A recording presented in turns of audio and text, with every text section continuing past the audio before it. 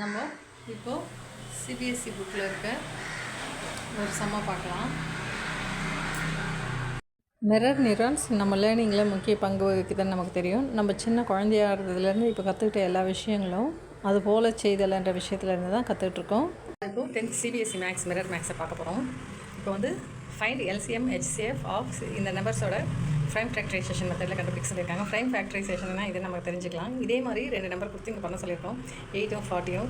இது எப்படி பண்ணியிருக்கோமோ அதே மாதிரி தான் இங்கே பண்ண போகிறோம். இது ஏற்கனவே 6லேருந்து 7லேருந்து நமக்கு தெரியும். இதை ட்ரை பண்ணியிருப்போம். இதனோட ஆன்சர்ஸ் இங்கே எழுதிக்கிறோம். 6 2 3s are 6, 3 1s are 3.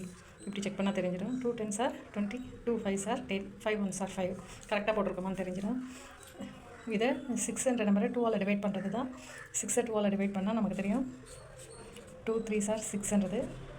அப்புறம் இந்த 3 இருக்குது, 1 டேபிள் வந்துடுது. இங்கே வந்து 20 இருக்குது, 2 டேபிளால் பண்ணுறப்போ 2 1s are 2. இங்கே 0 கொண்டு வந்து யூஸ் இல்லைன்றப்போ இங்கே போட்டுக்கிறோம். அதுதான் இது. 2 5s are 10ன்னு தெரியும், நம்ம இப்படி போட்டுக்கிறோம். 10th வந்திருக்கும் போது டேபிள்ஸ் இது போடுறது சொல்லி தரணுன்றதுக்காக இல்லை, சும்மா ஜஸ்ட் நான் சொன்னேன் உங்களுக்கு மெமரன்ஸ் பண்ணுறதுக்காக. இதனோட ஆன்சர்ஸ் 6க்கு வந்து 2 × 3ன்னு வருது. இங்கே 20க்கு வந்து 2 × 2 × 5ன்னு வருது.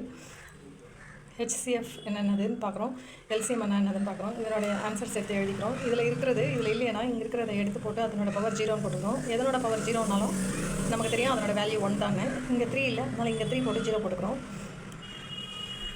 இப்போது இந்த 6ஓட ஃபேக்டர்ஸ் போட்டுக்கிறோம், 20ஓட ஃபேக்டர்ஸ் போட்டுக்கிறோம். ஹெச்சிஎஃப்னு சொல்கிறப்போ ரெண்டுத்தில் எது சின்னதாக இருக்குன்றதை பார்க்குறோம்.